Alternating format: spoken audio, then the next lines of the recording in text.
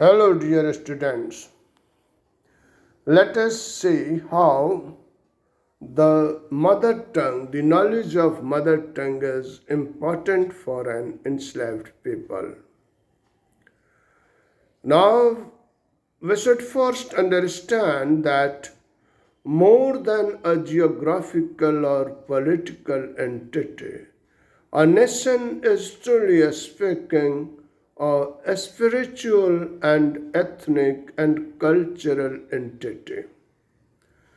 That's why several times, at least sometimes, it has happened that people who are scattered over the world at different places, especially in case of Jews, you may find they had spread here and there, they were tortured and all that. But since they had maintained their ethnic and cultural identity, they tried their best and finally they made their own nation, own country, that is Israel.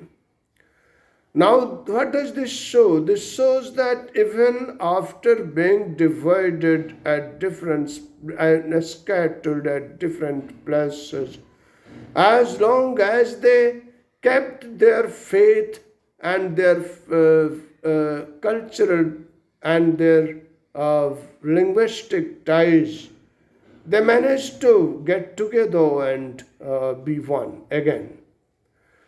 Uh, this, the other example I give you, that is the example of Bangladesh.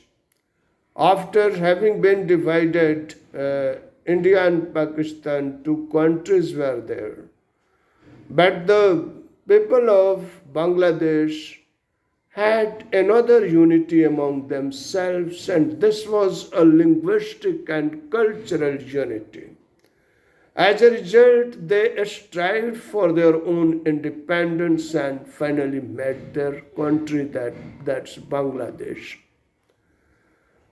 Now, this country is there on the linguistic, ground. And the unification of Germany also had such a ground, German, the language, German language, of, kept them in a certain affinity, a certain bonding. Even when Germany was divided into Eastern and Western Germany and a wall had been raised, you know that one day the wall fell down and both the countries got together united.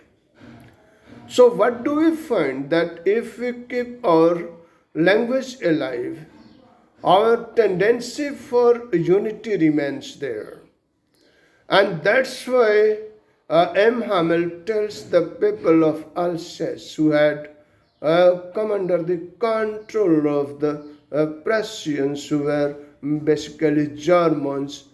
So, what's there of what happened after capturing Alsace? What did they do?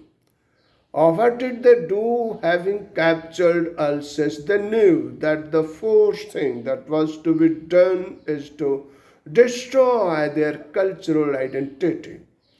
And for this purpose, they decided that at Alsace no French should be taught anymore, and at the place of French, German should be taught.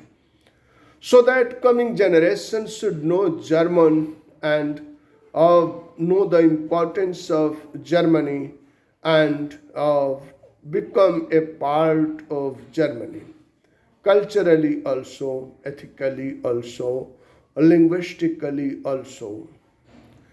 But that way they will be certainly digested by that those invaders. They would become a part of those invaders. If they wanted freedom, M. Hamel said that they must have this mother tongue alive. So, keeping the mother tongue alive was keeping the mother tongue, studying the mother tongue, keeping the mother tongue in their bosom alive, means having the key to their freedom. because this mother tongue will bind them and make them feel united with France, because they were people of France, and with French they would have that affinity, that bonding. So, this is an important thing to understand.